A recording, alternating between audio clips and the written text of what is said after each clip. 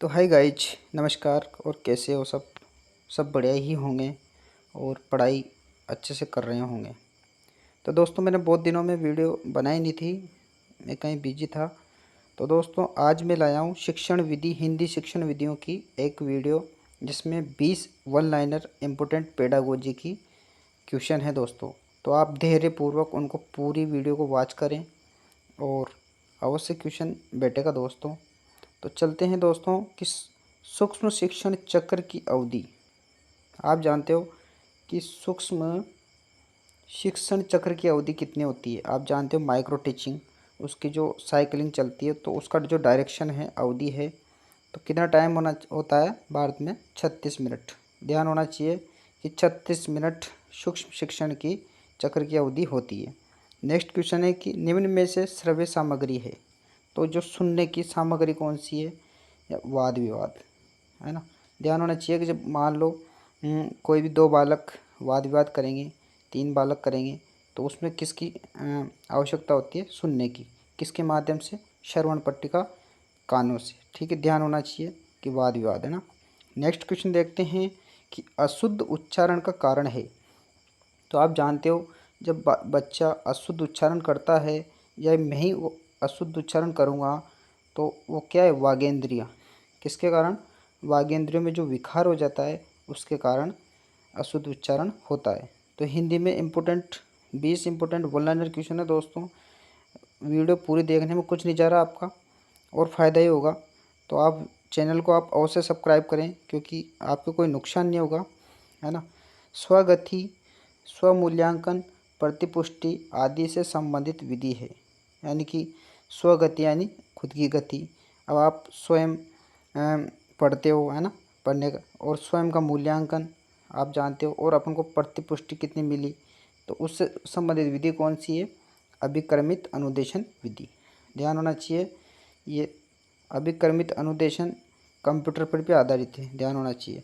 और एक रेखीय अभिक्रमित अनुदेशन विधि है, स्किनर ने आविष्कार किया था उनका। आगे बढ़ते हैं कि मौखिक अभिव्यक्ति का आवश्यक गुण क्या है।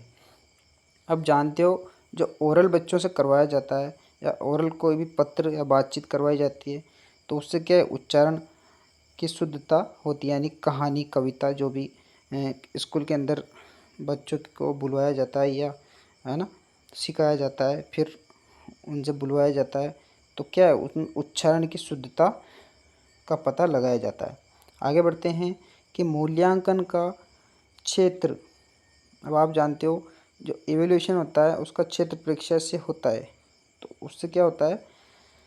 विस्तृत होता है ना। ध्यान होना चाहिए कि जब मूल्यांकन करते हैं तो उससे परीक्षा का जो क्षेत्र होता है या फैलाव होता है, तो क्या है? विस्तृत यानी फैलावी होगा मूल्यांकन से। तो ध्यान होना चाहिए आपको। ये भी इम्पोर्टेंट क्वेश्चन था। अब देखो, ये भी इम्पोर्टेंट क्वेश्चन है कि उपलब्धि परीक्षण का उपयोग होता है। तो अब उपलब्धि परीक्षण जब कोई भी करते हैं अपन बच्चों का मूल्यांकन के बाद में सतत और उपलब्ध परीक्षण, तो वर्गीकरण किया जा सकता है बच्चों का, श्रेणी विभाजन, ABCD, आजकल ग्रेड का सिस्टम चल रहा है, परसेंटेज, है ना, और शैक्षिक निर्देशन। अब निर्देशन में ये होगा कि भाई आपके नंबर कैसे कम आए हैं भाई, है ना, आप तैयारी वैयारी पे ध्यान दो अच्छे से, तो उसको बोलते हैं उपलब्धि परीक्षण में उपयोग होता है। हर्बर्ट उपगम के पद है, तो आप जानते हो 5, वेरी इंपॉर्टेंट, ध्यान होना चाहिए। यहाँ से इस विधि से पूरी विधि को रट लेना आप, क्वेश्चन अवश्य आता है। ब्लूप्रिंट ढांचा तैयार करने में उपयोगी है। तो कौन कौन सी ब्लूप्रिंट में? शिक्षण के लक्ष्य, ठीक है, ध्यान होना चाहिए। टीचिंग के लक्ष्य होना चाहिए, क्या पढ़ाएंगे, है ना। पाठ्य पुस्तक के प्रकरण यानी कि जो चैप्टर। प्रश्नों के प्रकार कि भाई लघु उत्तरात्मक, वस्तुनिष्ठ, निबंधात्मक। तो ब्लूप्रिंट जो होता है उसका ढांचा इन काम में आता है। आगे बढ़ते हैं कि किसी बड़ी वस्तु के छोटे नमूने को कहते हैं, तो उसको क्या बोलेंगे? प्रतिमूर्ति। यानी कि देखो, आप जानते हो कि ये कोई मूर्ति है ना, तो इसकी जो छोटे रूप या छोटे नमूना इसका ही बना देंगे तो उसको क्या बोलेंगे? प्रति, कॉपी, या कॉपी मूर्ति या प्रतिमूर्ति। ध्यान होना चाहिए। खेल विधि को प्रचलित करने का श्रेय किसने दिया? Henry Caldwell cook. ध्यान होना चाहिए आपको, खेल विधि आती है। भाषिक सामग्री है, तो भाषिक सामग्री क्या है? शब्दावली, यानी कि शब्दों की अवली, यानी कि बहुत सारी शब्दावली। ये भी एक भाषिक सामग्री हिंदी में। आगे बढ़ते हैं कि रंगमंच अभिनय विधि है। तो रंगमंच, जब स्टेज या रंगमंच बनाया जाता है तो वहाँ पर बच्चों का नाटक किया जाता है। तो किसकी विधि है? अभिनय विधि, नाटक की। ध्यान होना चाहिए कि व्याकरण शिक्षण स्वतंत्र रूप से किस विधि में नहीं दी जा सकती है, यानी कि फ्रीडम, यानी कि स्वतंत्र रूप से नहीं दी जा सकती है भाषा संसर्ग विधि में। ध्यान होना चाहिए आपको। आगे देखते हैं दोस्तों कि लेखन क्रिया के शिक्षण का आरंभ होता है। वेरी इंपॉर्टेंट क्वेश्चन है कि जो लेखन क्रिया का है ना, लेखन जो क्रिया होती है शिक्षण का आरंभ होता है तो किससे? बालक पहले सीधी रेखाएं बनाना खींचता है ना। तो हमेशा ध्यान होना चाहिए कि बालक सबसे पहले सीधी रेखाएं खींचता है। भाषा की शिक्षा दी जाती है। तो भाषा की शिक्षा अर्थग्रहण और अभिव्यक्ति के लिए। ध्यान होना चाहिए आपको। जब भाषा की शिक्षा, भाषा की किस काम आएगी ये बताओ आप? जैसे संस्कृत की भाषा, हिंदी की भाषा, अंग्रेजी की भाषा, तो किसके लिए? अर्थग्रहण और अभिव्यक्ति। ध्यान होना चाहिए। अर्थग्रहण के दौरान कौशल के विकास के लिए अधिक उपयोगी है। अब आप जानते हो मौन वाचन है कि स्वर वाचन है, हाँ? तो अर्थग्रहण के लिए, कौशल के विकास के लिए अधिक उपयोगी कौन सा है? मौन वाचन। तो अच्छे से ध्यान होना चाहिए, मौन वाचन ही मॉक टेस्ट करते हैं ना अपन वो। आगे बढ़ते हैं कि व्याकरण शिक्षण बुलेटिन बोर्ड है। आप जानते हो बुलेटिन बोर्ड क्या है? बुलेटिन बोर्ड जब अपन दृश्य सामग्री या सर्वे है, क्योंकि इसको लगाया जाता है दीवार पर, है ना, तो ये एक दृश्य सामग्री। ध्यान होना चाहिए।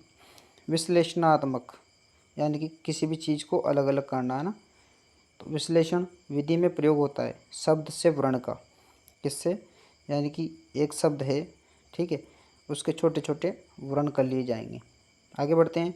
पाठ्य पुस्तक रचना के सोपानों का क्रम। वेरी इंपॉर्टेंट क्वेश्चन है कि पाठ्य पुस्तक एग्जाम में बैठती है, एक आध क्वेश्चन आता ही रहता है हर साल।